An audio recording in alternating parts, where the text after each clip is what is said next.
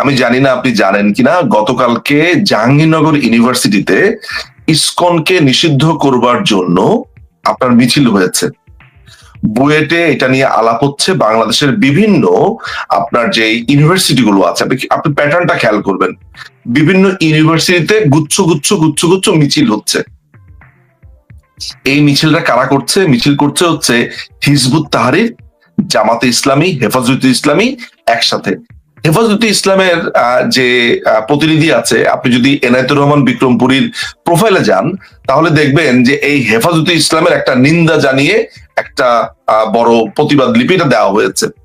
এই এনায়েতুর রহমান বিক্রমপুরীরা যেটা করছে, হেফাজতকে এটার সাথে ইনক্লুড করেছে এই বলে যে একটি মুসলিম মেয়েকে ধর্ষণ করেছে একটি হিন্দু ছেলে। মাথায় রাখবেন যে ইমোশনটা কোন জায়গাতে নিয়ে খেলা করবার চেষ্টা করছে। বুয়েটের ছেলেপেলেরা নাকি রেডিট থেকে খুঁজে বের করেছে, একটা ছেলেকে শনাক্ত করেছে হিন্দু হিসেবে। আপনার এগুলোকে বিশ্বাসযোগ্য মনে হয়? আপনার কি মনে আছে যে এই যে নানান ধরনের কথা, প্লাস ভারতের সাথে এখন তারা যুদ্ধের জন্য প্রস্তুত, এই প্রত্যেকটা জিনিসই ইন্ডিকেট করে আমার ধারণা সেটা হচ্ছে যে দেশে এমন কোনো একটা প্রবলেম আপনাকে ক্রিয়েট করতে চায় যেটা ওই ইউনুসের কথাটাকেই আপনার রিফ্লেক্ট করে। মেহেদী হাসানের প্রোগ্রামে সে বলেছিল জনগণ তো আমাকে 50 বছর ক্ষমতায় দেখতে চায়, বলেছে না? আমরা যদিও জানি না এটা কোন জনগণ, হ্যাঁ, কিন্তু সে তো এটা বলেছে। সুতরাং মাথাতে রাখবেন, সেদিন যে জুলাই আন্দোলনে যারা গিয়েছিল তাদের অনেকের ইন্টারভিউ কিন্তু সোশ্যাল মিডিয়াতে ভাইরাল হয়েছে যে আজকে যদি আমাদের এই পুরো আন্দোলনকে ইন্ডেমনিটি না দেওয়া হয়, অর্থাৎ জুলাই সনদের যদি আইনি ভিত্তি না দাঁড় করানো হয়, তাহলে এরপরে তো এসে আমাদের বিচার করা হবে এবং আমাদেরকে ফাঁসি দিয়ে দেওয়া হবে। এখন যারা শেখ হাসিনাকে চেনেন তারা তো জানেন যে বঙ্গবন্ধুকে খুন করে যারা সারা বিশ্বে প্রভাবশালী দেশগুলোতে নিজেদের অবস্থান তৈরি করে আন্তর্জাতিক চাপ সৃষ্টি করে বঙ্গবন্ধুর হত্যা বিচার যাতে না হয় সেটি চেষ্টা করেছিল, কিন্তু বঙ্গবন্ধু কন্যা শেখ হাসিনার হাত দিয়ে সেই ইন্ডেমনিটি বাতিল করে সেই হত্যাকারীদের বিচার হয়েছে এবং শেখ হাসিনা এখনো বেঁচে আছেন। সুতরাং জুলাই আগস্টের আন্দোলনের মধ্য দিয়ে যারা বাংলাদেশটাকে পুড়িয়ে দিল, সেই বাংলাদেশ পুড়িয়ে দেওয়ার নায়ক, খলনায়ক, উপনায়ক, অধিনায়ক এদের প্রত্যেককেই বিচারের আওতায় তিনি আনবেন এবং এদের বিচার হবে, এটা তারা জানেন।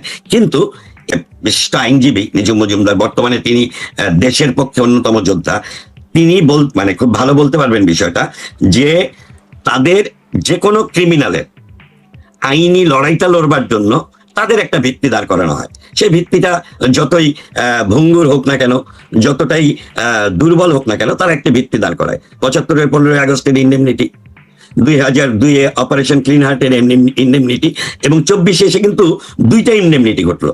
একটা হচ্ছে 8 আগস্ট পর্যন্ত যা ঘটেছে তার কোনো বিচার হবে না, আর এরপরে জুলাই সনদের মধ্য দিয়ে পুরো আন্দোলন প্রক্রিয়াটাকে বৈধতা দেওয়ার চেষ্টা করা হলো।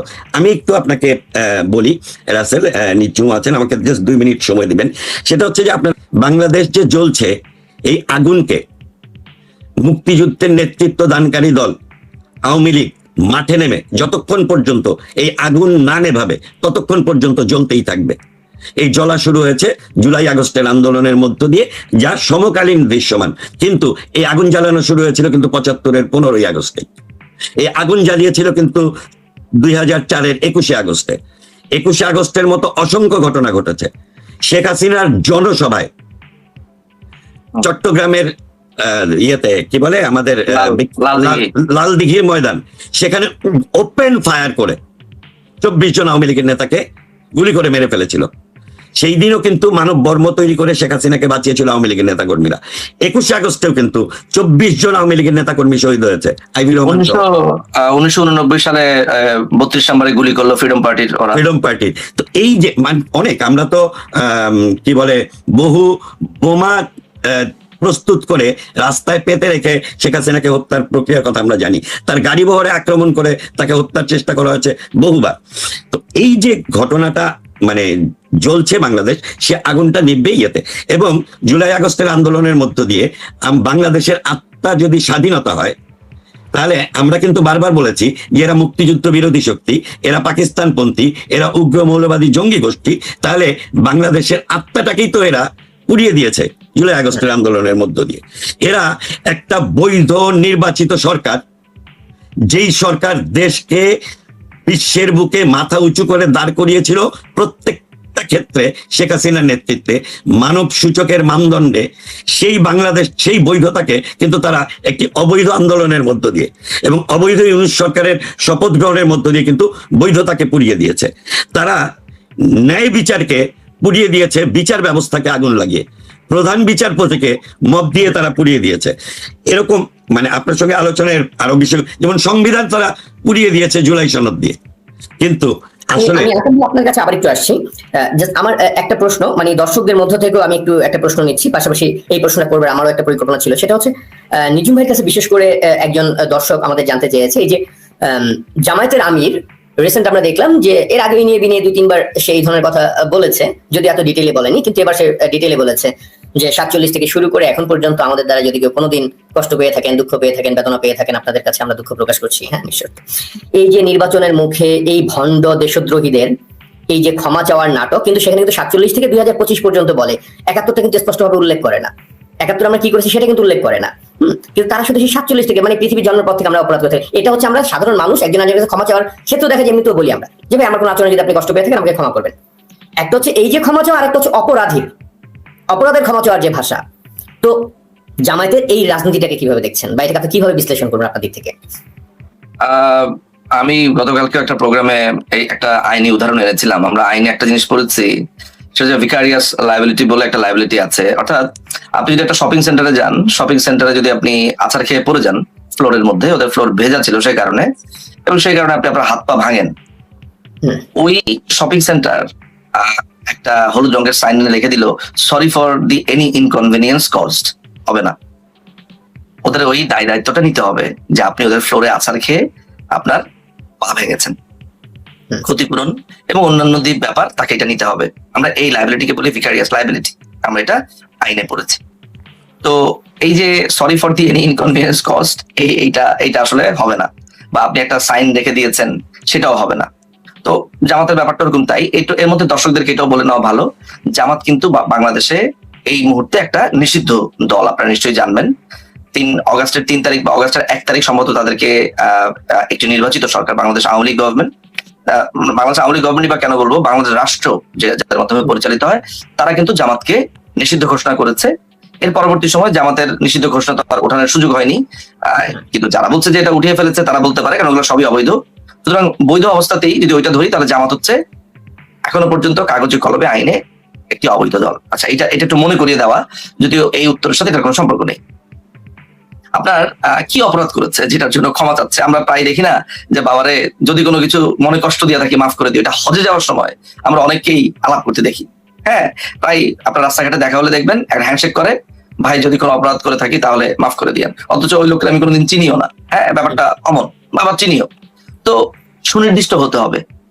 1971 সালে জামাত যেটা বলতে চায়, বারবার আপনি দেখেছেন যে এটি তাদের একটি রাজনৈতিক অবস্থান, খুব ভালো রাজনৈতিক অবস্থান।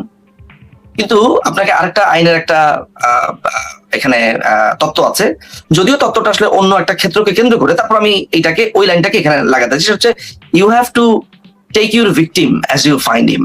দেখেন, আপনি বলছেন যে আপনি শুধু সেই সময়টাতে ভারত বাংলাদেশকে কবজা করে ফেলবে এই ভয়ে, আপনার নতুন সুর উঠেছে এটা, এখন আপনি বলছেন যে সেই কারণে আপনি সেই সময় পাকিস্তানকে সমর্থন দিয়েছেন। জলজ্জন্ত ভাবে পাকিস্তান বাংলাদেশের মানুষকে তখন সমানে খুন করে যাচ্ছে, জাস্ট রীতিমতো গণহত্যা চালাচ্ছে।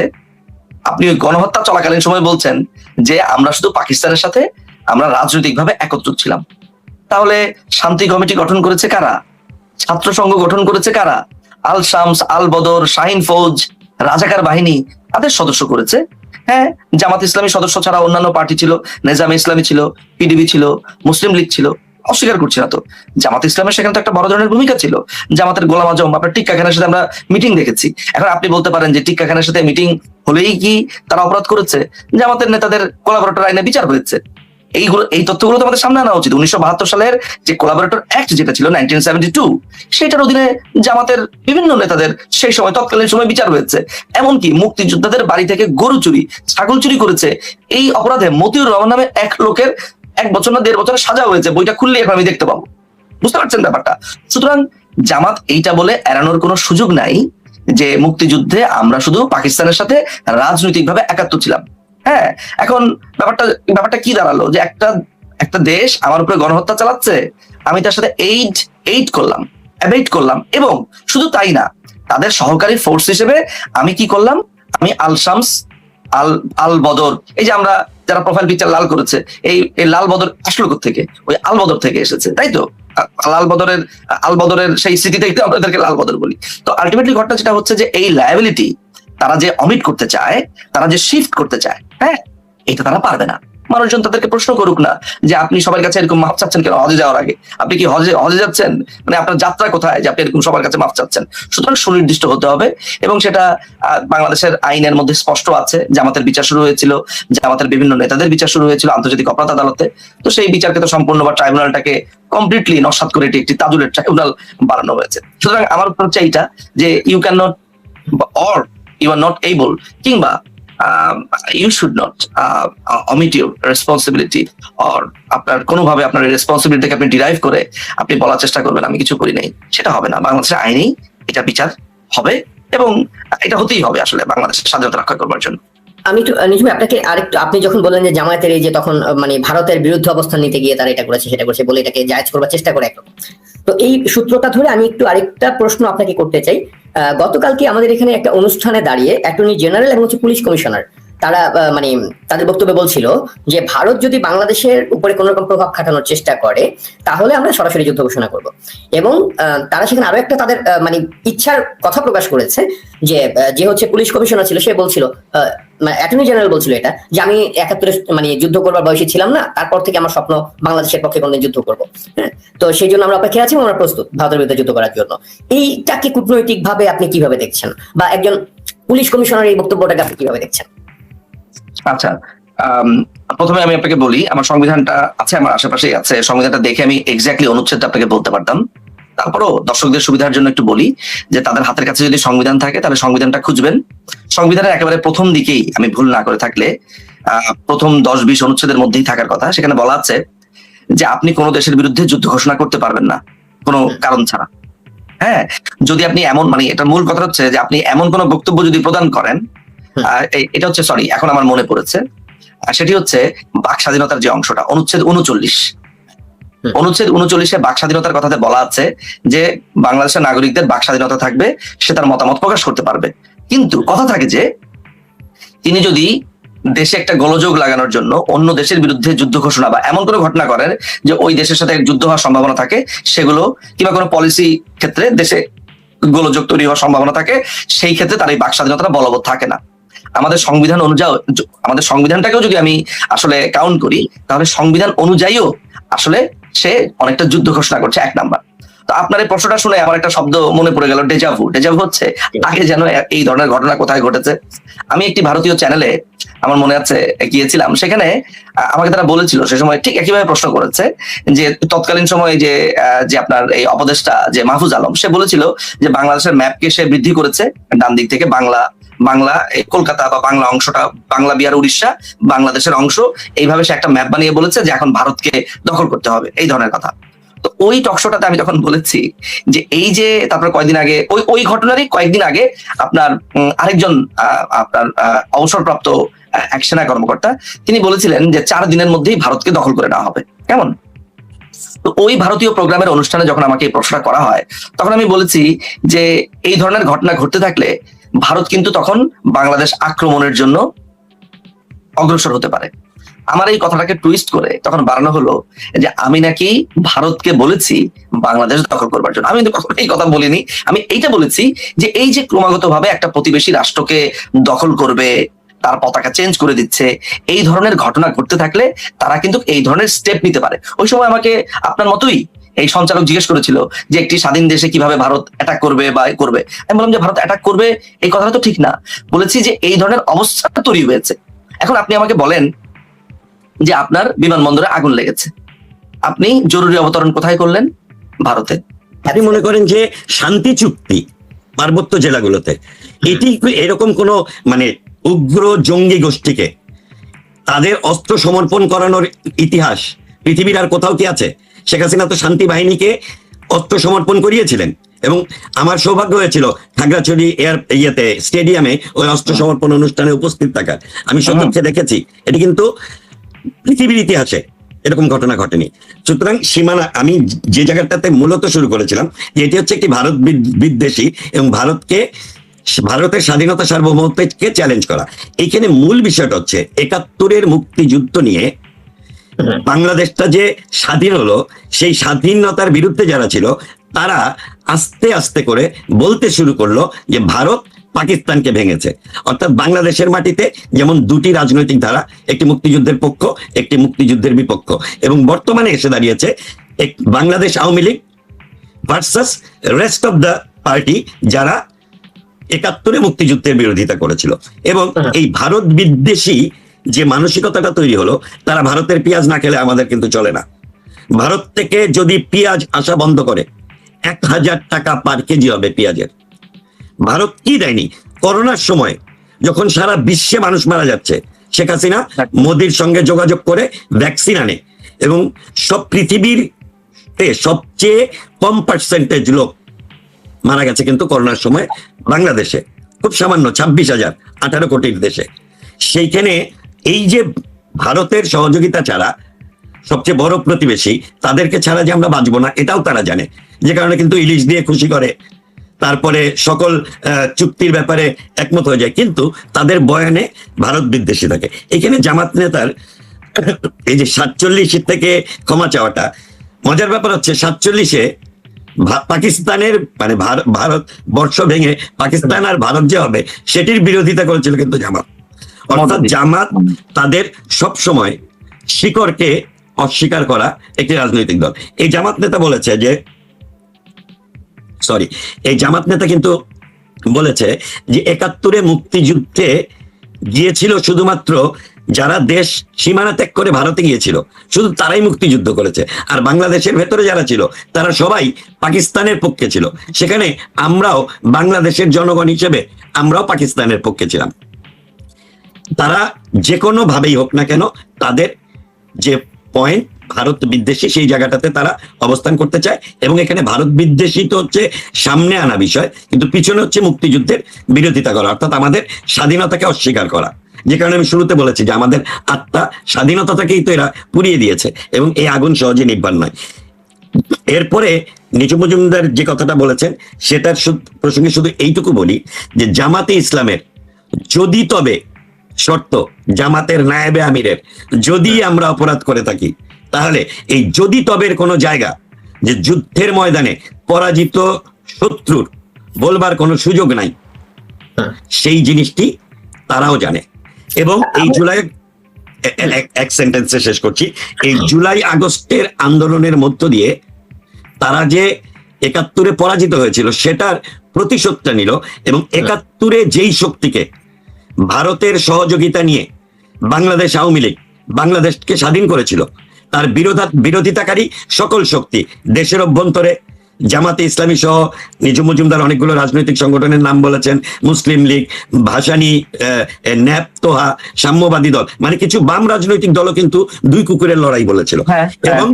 এবং পাকিস্তান একটি রাষ্ট্র, সেই রাষ্ট্রের ভেতরে বিদ্রোহ করে সেই রাষ্ট্রের পুলিশ জনগণের পক্ষে দাঁড়িয়ে বাংলাদেশের পুলিশ, সেই রাষ্ট্রের সেনাবাহিনী জনগণের পক্ষে দাঁড়িয়ে বাংলাদেশের সেনাবাহিনী, সেই দেশের সাধারণ কৃষক শ্রমিক যে যুদ্ধটা করেছিল, সেই যুদ্ধের মধ্য দিয়ে যে বাংলাদেশটাকে পেয়েছিলাম, তার বিরোধিতাকারী পাকিস্তান এবং সর্বোপরি হচ্ছে আমেরিকা, তাদের ষড়যন্ত্র। এই পরাজিত শক্তিগুলো কিন্তু ঐক্যবদ্ধভাবে 75-এর 15 আগস্ট, ঐক্যবদ্ধভাবে 2004-এর 21 আগস্ট, এবং তৎপরবর্তীতে তাদের সফলতা হচ্ছে 2024-এ এসে। তার মানে একটি দেশ স্বাধীন হওয়ার 3.5 বছরের মাথা থেকে তারা তাদের অ্যাকশন শুরু করে, তাদের পরাজয়ের প্রতিশোধ নিতে শুরু করে। কিন্তু বারবার আওয়ামী লীগ ঘুরে দাঁড়িয়েছে। 2024-এ এসে এত বিশাল ষড়যন্ত্র হয়েছিল, সেই ষড়যন্ত্রের মাধ্যমে চূড়ান্তভাবে তারা এই বাংলাদেশের বিরোধিতাকারীরা বাংলাদেশটাকে পুনর্দখল করার চক্রান্তে সফল হয়েছে। এবং এই যুদ্ধটা চলমান, বাংলাদেশটা মৃত, আর আরেকটা আবার 71-এর মধ্য দিয়ে আরেকটা নতুন বাংলাদেশের জন্ম হতে হবে। এবং বাংলাদেশের রাজনীতিতে আওয়ামী লীগ, অ্যান্টি আওয়ামী লীগ মুক্তিযুদ্ধ বিরোধী, আর ঠিক একইভাবে জনগণের মধ্যে ভারতের সকল সুবিধা ভোগ করে ভারতীয় শাড়ি ছাড়া চলে না, ভারতীয় শাড়ি চুরি ছাড়া চলে না, সেলোয়ার কামিজ ছাড়া চলে না, আবার ভারত বিদ্বেষী কথা মুখে থাকবে। আরেকটি অংশ হচ্ছে আমরা যারা মুক্তিযুদ্ধকে বিলং করি, আমরা যখন বারবার জামাতকে ক্ষমা চাওয়ার কথা বলি, তখন আমাদেরকে বলা হয় আমরা পাকিস্তান বিদ্বেষী। পাকিস্তানের সঙ্গে বাংলাদেশ স্বাধীন হয়ে যাওয়ার পরে পাকিস্তান বিদেশি বললো সেটা মানা যায়, কিন্তু সবচেয়ে বড় যেটা বলা হয় যে সেটা হচ্ছে ইসলাম। পাকিস্তান একটু বলি, পাকিস্তান বিদ্বেষী কথা বলে নাকি ইসলাম বিরোধী, কোরআন বিরোধী হয়ে যায়। এই কোরআন বিরোধী, আমি পাকিস্তান বিরোধিতার ক্ষেত্রে এইটুকু বলতে চাই, পাকিস্তান বিদ্বেষী। পাকিস্তান যখন একটি স্বাধীন রাষ্ট্র এবং তাদের সঙ্গে আমাদের কূটনৈতিক সম্পর্ক আছে, তখন পাকিস্তান বিদ্বেষী হওয়ার কোনো সুযোগ কিন্তু আমাদের নাই। কিন্তু আমরা ৭১-এর ভূমিকায় যে পাকিস্তান আমাদেরকে ৩০ লক্ষ শহীদ এবং ২ লক্ষ মা বোনের সম্ভ্রম নিয়েছিল, তার জন্য পাকিস্তানকে আমরা রাষ্ট্রীয়ভাবে ক্ষমা চাইতে বলেছি বারবার। পাকিস্তান সেটা চায়নি। ইমরান খান চেয়েছিল, ইমরান খানকেও তারা সরিয়ে দিয়েছে। এবং বাংলাদেশের ভেতরে জামাত সহ যুদ্ধাপরাধীদের আমরা বারবার ক্ষমা চাইতে বলছি, কিন্তু তারা যদি তবের মধ্যে আছে, ইনিয়ে বিনিয়ে ঘুরিয়ে ফিরিয়ে ভারতে নিয়ে ফেলে দেয়। জিয়া রহমানের তালপট্টির মতো অবস্থা রয়েছে এখন জামাতের এবং বিএনপি। এই জায়গাটা আমি দুইটা সাম্প্রতিক ঘটনা উল্লেখ করে একটু আপনার মতামতটা জানতে চাইবো। সেটা হচ্ছে গাজীপুরে একজন স্কুল ছাত্রী, যিনি হচ্ছে গিয়ে মুসলিম ধর্মাবলম্বী, তার সঙ্গে একটা হিন্দু ছেলের একটা সম্পর্ক, সেখান থেকে পালিয়ে যাওয়া। পুলিশ থেকে প্রেস বিজ্ঞপ্তি দেওয়া হলো যে এই দুজনের যে সম্পর্ক, সেখান থেকে এই মেয়েটা আরো 2 বার এর আগে গিয়েছিল এই ছেলের সঙ্গে পালিয়ে, দেন আবার ফিরে আসে। তো ছেলের এটা হচ্ছে ৩য়-বার পালিয়ে যাওয়া। কিন্তু সেই মেয়ের বাবাকে দিয়ে ইসলামী একজন বক্তা, কি বিক্রমপুরী, আতাউর রহমান বিক্রমপুরী, তিনি এটাকে পুরোপুরি ভাবে উস্কানি দিয়ে এটাকে ধর্ষণের ঘটনা বলে, যেটা পুলিশ বিবৃতি দিল যেটা একটা প্রেমের ঘটনা, এখানে ধর্ষণের মতো কোনো ঘটনা নেই। কিন্তু তার বাবাকে কোরআন শরীফের হাত থেকে শপথ করালো বিক্রমপুরী, যে বিক্রমপুরীর কথার বাইরে আমি কিছু বলবো না, এই ঘটনায় বিক্রমপুরী যে সিদ্ধান্ত নিব সেটা আমি মানতে বাধ্য থাকবো। কোরআন শপথ নিয়েছে, সেটার ভিডিও আছে অনলাইনে। তো এই শপথ নেওয়ার পরে সে হচ্ছে এটাকে ধর্ষণ মামলা হিসেবে দায়ের করাতে বাধ্য করে মেয়ের বাবাকে। এবং অতি সাম্প্রতিক 2 দিন আগের ঘটনা, এই আতাউর রহমান বিক্রমপুরীরাই আরেকটা ঘটনা ঘটিয়েছে। এখানে হচ্ছে মুফতি মোহাম্মদ মহিবুল্লাহ নামে একজনকে অপহরণ করা হয়েছে টঙ্গী TNT কলোনি থেকে। এই অপহরণের ঘটনাটা পুলিশ আজকে আপনি দেখতে পাবেন যে গাজীপুর মেট্রোপলিটন পুলিশ একটা বিবৃতি দিয়েছে যে এটা কোনোভাবে এটার সঙ্গে ইসকন বা কেউ জড়িত না। তারা উদ্ধার করেছে, কিন্তু এর পেছনে তাদের কোনো সম্পৃক্ততা পায়নি। কিন্তু পুরো বাংলাদেশে সনাতন ধর্মাবলম্বী যারা রয়েছে তাদের বিরুদ্ধে একটা বিদ্বেষ ঘেন্না ছড়িয়ে পুনরায় ধরেন নাসির নগর বলি, কিংবা ওই যে সাম্প্রতিক যে হিন্দুদের উপর নির্যাতন গুলা বলি, মানে খুব ভয়ঙ্কর আকারে একটা নির্যাতন পরিকল্পনা চলছে পুরো বাংলাদেশ ব্যাপী হিন্দুদের উপরে। এবং সেটার জন্য ইসকনকে মূল টার্গেট করা হচ্ছে, যে ইসকনের আন্ডারে এগুলো সব হচ্ছে, যেখানে বারবার পুলিশ ডিক্লার দিচ্ছে এগুলোর সঙ্গে সাম্প্রদায়িকতার কোনো সম্পর্ক নেই এই ঘটনাগুলোর সঙ্গে। এই ব্যাপারটাকে কিভাবে দেখছেন? এবং বাংলাদেশের আইন শৃঙ্খলা বাহিনী আরেকটা আইনগত বিষয় আপনাকে একটু যুক্ত করে দিই এই প্রশ্নটার সঙ্গে। সেটা হচ্ছে আমরা দেখেছি যে আতাউর রহমান বিক্রমপুরী থানায় গিয়ে ওসির সামনে থেকে শুরু করে আমরা জেলের ভিতরে পর্যন্ত দেখেছি সে বসে থেকে জেলারকে হুমকি দিয়ে এই জঙ্গিকে না বের করে নিয়ে আমি যাব না। তিনি সফল হয়েছেন, ফুলের মালা দিয়ে জঙ্গিকে সেখানে বের করে নিয়ে আসছেন। জেলার বাধ্য হয়েছে কোর্ট কাছারি সবকিছু মানে বাদ দিয়ে এক বিক্রমপুরীর কথা অনুযায়ী দ্রুত ছেড়ে দিতে তার সঙ্গে সেই জঙ্গিকে। কোথায় যাচ্ছে আইন শৃঙ্খলা পরিস্থিতি? বাংলাদেশের সংখ্যালঘুদের নিরাপত্তাটা কোথায়? আপনাকে অনেক অনেক ধন্যবাদ। আপনি অত্যন্ত গুরুত্বপূর্ণ একটা বিষয় এনেছেন, থ্যাংক ইউ এটার জন্য। এটা নিয়ে কথা বলছিলাম। আমাকে গত পরশুদিন বাংলাদেশের কোনো একটা আপনি বলতে পারেন যে গোয়েন্দা সংস্থারই, এখনো তো অনেক মানুষ আছে যারা মুক্তিযুদ্ধের পক্ষের কাছে, মানে সোজা কথা হচ্ছে যে যারা এই মুক্তিযুদ্ধ বাংলাদেশ বঙ্গবন্ধুকে ধারণ করে, আমি কিন্তু বেশ কিছু অ্যালার্ট পাচ্ছিলাম। এই অ্যালার্টটা হচ্ছে এমন যে 15 জন সেনা কর্মকর্তাকে যে তাদেরকে যে গ্রেফতারি পরোয়ানা, তাদের যে বিচার শুরু, এই জিনিসটাকে ডাইভার্ট করবার জন্য একটা এলিমেন্ট ইউনুসরা খুঁজে যাচ্ছিল। মাথা রাখবেন এই ব্যাপারটা। আজকে প্রায় 2 দিন ধরেই কিন্তু এই আলোচনাগুলো হচ্ছে। আমি এটা নিয়ে একটা দীর্ঘ আমার ভিডিও বানানোর কথা বা বলার কথা, সে কারণে আমি আপনাকে ধন্যবাদ দিয়েছি যে এই প্রসঙ্গটা এসছে। এরা যেটা করার ট্রাই করছে সেটা হচ্ছে যে এই যে গাজীপুরের যে মেয়েটার কথা বললেন বা আপনি ইসকনের নিষিদ্ধের কথা বললেন, সেগুলো ছাপিয়ে আপনাকে আমি একটা কথা বলি। এই এনায়েতুল্লাহ বিক্রমপুরী কিন্তু একটা সংগঠিত জঙ্গি। আমি জানি না আপনি জানেন কিনা বা আপনি দেখেছেন কিনা, 32 নম্বর যেদিন ভাঙে, মনে আছে যে 32 নম্বরের রাত্রেবেলাতে একটা লোক হঠাৎ করে আপনার দেয়াল বেয়ে উঠে একটা IS এর পতাকা লাগালো। আমি জানি না আপনার খেয়াল আছে কিনা। এই IS এর পতাকা লাগানো ব্যক্তিটাই হচ্ছে আতাউর রহমান বিক্রমপুরী। এই লোকটা হচ্ছে কমপ্লিটলি আপনার এই IS এর একটা সদস্য, একটা লিখিত যাকে বলা হচ্ছে বন্দী। তারা হচ্ছে যেই গ্রুপটা গাজওয়াতুল হিন্দ, অর্থাৎ তারা ভারতকে দখল করবার যেই ক্যাম্পেইনটা যারা চালায়, তাদের মধ্যে অন্যতম হচ্ছে এই আতাউর রহমান বিক্রমপুরী।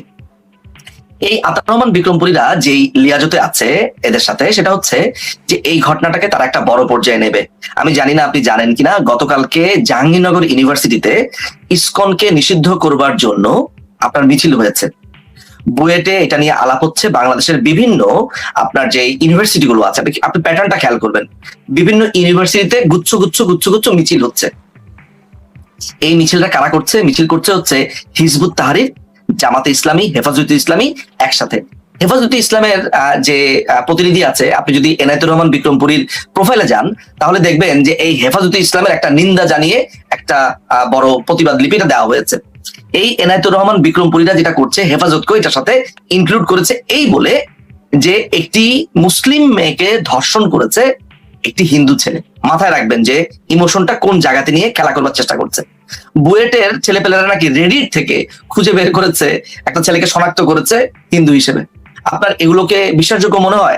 আপনার কি মনে আছে যে যখন আকাম ভাই, আমি যদি ভুল না করে থাকি, আপনি মনে করতে পারেন যে যখন 21শে আগস্টের গ্রেনেড হামলা হয়, তখন শৈবাল সাহা পার্থ নামে একটা ছেলেকে কি গ্রেফতার করা হয়েছিল? এটা কি 21শে আগস্টের গ্রেনেড হামলা নাকি 10টা কষ্ট মামলা? দুটোর একটা ঘটনার মধ্যে 21শে আগস্টের গ্রেনেড হামলাতেই মনে হবে শৈবাল সাহা পার্থকে এলিফ্যান্ট রোডের একটা সাইবার ক্যাফে থেকে গ্রেফতার করা হয়েছিল। বুঝতে পারছেন? ধর্মবিরোধী উস্কানি দেওয়ার ইয়ের জন্য না, বলা হয়েছিল যে এই ঘটনার সাথে ও জড়িত আছে এলিফ্যান্ট রোডের একটা সাইবার ক্যাফে থেকে। তখন তার মানে হচ্ছে কি যে এটা একটা পুরনো টেকনিক। আপনাকে মাথায় রাখতে হবে যে একটি মেয়ের সাথে একটি প্রেমের সম্পর্ক ছিল এক ভদ্রলোকের, ইররেসপেক্টিভ অফ এনি ধর্ম, হোয়াট এভার এগুলো নিয়ে আমি চিন্তিতও না, আপনি আমার জায়গা থেকে। এই ব্যাপারটাকে আপনার তার প্যারেন্টস কে ডেকে এনে সেইটাকে হিন্দু হিসেবে, মানে পার্টিকুলারলি হিন্দু ছেলে অপহরণ করেছে, এই পুরো ব্যাপারটাকে, এই ইন্টারফেইথ ম্যারেজ বা প্রেমকে হঠাৎ করে সামনে নিয়ে আসার কারণ কি? প্রশাসন থেকে কোনো ধরনের মুভমেন্ট নাই, কোনো রকমের বক্তব্য নাই। হঠাৎ করে আপনার ইউনিভার্সিটি গুলো থেকে গুচ্ছ গুচ্ছ গুচ্ছ গুচ্ছ ভাবে আপনার মিছিল বেরোচ্ছে। আপনি কি এটা একটু মনে করতে পারেন যে যখন মিডফোর্ড হসপিটালের সামনে ওই যে পাথর সন্ত্রাস দিয়ে যে আপনার যুব দলের এক কর্মী একজনকে খুন করলো পাথর দিয়ে, যেটা সারা বাংলাদেশে আপনার আলোড়ন তৈরি হয়েছিল, আপনার কি তখন মনে আছে হঠাৎ করে কয়েকটা ঘটনাও ঘটছিল? হঠাৎ করে বিভিন্ন ইউনিভার্সিটিতে বিএনপি বিরোধী মিছিল বের হয়েছিল। আপনার কি এটা মনে আছে হঠাৎ করে ছাত্র দল থেকে পদত্যাগের আপনার হিড়িক পড়ে গিয়েছিল? আমি আপনাকে বেসিক্যালি প্যাটার্ন গুলা বলার চেষ্টা করছি। জুলাই মাসে হঠাৎ করে ছাত্রলীগের অনেক নেতাকর্মীরা পদত্যাগ করা শুরু করলো, আপনার মনে আছে? এগুলো তো মনে না থাকে, মানে একদম সাম্প্রতিক ঘটনা এগুলো হচ্ছে একদম। এখন আমি আপনাকে এই যে এতগুলো ঘটনা বললাম, একটার সাথে একটাকে আমি আপনাকে লিঙ্ক করাই। জামাত ইনফিল্ট্রেটেড বলা হয় যে এরা বিভিন্ন দলে বিভিন্ন আকৃতিতে বিভিন্ন ভাবে মিশে গেছে। যখনই একটা ঘটনা ঘটানো হয়, ওই ঘটনার সময় তাদের ওই বড় যারা মিশে গেছে বিভিন্ন দলের, তাদের একটা অংশ মাথা চাড়া দিয়ে ওঠে এইটার গুরুত্বকে বোঝানোর জন্য। ধরা যাক রাসেল ভাই, আপনার একটা পলিটিক্যাল পার্টি আছে, হঠাৎ করে আপনি লক্ষ্য করলেন নিয়মিত বিরতি দিয়ে সবাই পদত্যাগ করছে। একটা পর্যায়ে আপনি বুঝতে পারলেন যে এরা আপনার পলিটিক্যাল পার্টিতে একটা সিন্ডিকেট হিসেবে এসেছে। তার মানে হচ্ছে 15 জন সেনা কর্মকর্তা হচ্ছে মেইন। এই কথাটা আমার বানানো কথা না, আমি তো আসলে নাম বলতে পারি না বা কোন সংস্থা তাও বলতে পারি না। এটা একটা দুঃখের ব্যাপার যে 5ই আগস্টের পরবর্তী সময় বাংলাদেশের অনেক দেশপ্রেমী গোয়েন্দা কর্মকর্তা, সেনা কর্মকর্তারা, আমি নিশ্চিত এটা আমাদের অনেকের কাছে আসে যে তারা আমাদের মাধ্যমে দেশবাসীকে জানাতে চায়। আমি নিশ্চিত আপনারা দুজন ইনবক্সে এরকম অনেক তথ্য পেয়ে থাকেন, কারণ যারা এখন মানুষের সামনে এসে কথা বলছে তাদেরকে তারা ইনফরমেশন গুলো দেয়। সেই হিসেবে আমি ওরকম টিপস পেয়ে, তো গত 1.5 দিন ধরে আমার কাছে যে টিপসটা আসছে সেটা আমাকে কিন্তু পরিষ্কার করে বলে দেওয়া হয়েছে যে এনায়েতুর রহমান বিক্রমপুরী এই লোকটা কিন্তু ভাই একটা ঝামেলা পাকাবে। আমাদের কাছে একটা গোয়েন্দা তথ্য আছে যে এই 15 জন সেনা কর্মকর্তাকে যখনই আদালতে ডাকা হবে, এটা করা হবে, ঘটনাটা ওই টাইমে ঘটতে থাকবে। টাইমিংটা কি মিলেছে? আতাউর রহমান বিক্রমপুরী, আতাউর রহমান বিক্রমপুরী ঘটনা কি মিলেছে? ঘটনা কিন্তু আপনার মিলে গেছে। এখন আপনার জিনিসটা কি করতে চায়? গতকালকে আমি দেখলাম যে তারা ইসকনকে নিষিদ্ধ করবে। আচ্ছা, হঠাৎ করে আপনার ইসকনকে নিষিদ্ধ করবে কেন? একটা মানে বাংলাদেশের সুফিবাদী সংস্থাগুলোকে আপনি নিশ্চয়ই দেখেছেন, গ্রুপগুলোকে দেখেছেন, তারা খুবই নির্বিষ টাইপের, বা তারা আসলে সারাক্ষণ যেটা হয় সেটা হচ্ছে যে নবীর প্রেমে, রাসূলের প্রেমে তারা একেবারে ডুবে থাকে। এই ধরনের কিছু আপনি গ্রুপ কিন্তু দেখবেন, হ্যাঁ, যে ওনারা কারো সাথেও নাই পাঁচেও নাই, আপনার মোরাকাবা, তারপরে এই ধরনের নবীর প্রেম, রাসূলের প্রেম এগুলো শেখায়। মুসলিম ধর্মের মধ্যেও কিন্তু এই সেক্ট অর্থাৎ সুফিস্ট সেক্ট আছে। ঠিক ইসকন কিন্তু হচ্ছে হিন্দু ধর্মের অর্থাৎ সনাতন ধর্মের মধ্যে এই সুফিস্ট ঘরানা, মানে ওই একই টাইপের আর কি। তারা হচ্ছে কৃষ্ণ প্রেমে তারা নিমজ্জিত থাকে। প্রিয় দর্শক মণ্ডলী, ভিডিওটি শেষ পর্যন্ত শুনছেন, কি বুঝছেন, কি জানছেন, কি হতে যাচ্ছে অবশ্যই আপনার মতামত আমাদের এই ভিডিওর কমেন্ট বক্সে জানাবেন। তো ভিডিওটি আজ এই পর্যন্ত ছিল, দেখা হচ্ছে পরবর্তী অন্য কোনো ভিডিও নিয়ে। সেই পর্যন্ত সকলে ভালো থাকবেন, সুস্থ থাকবেন এই কামনা করছি। আসসালামু আলাইকুম রহমতুল্লাহি ওয়া বারাকাতুহু।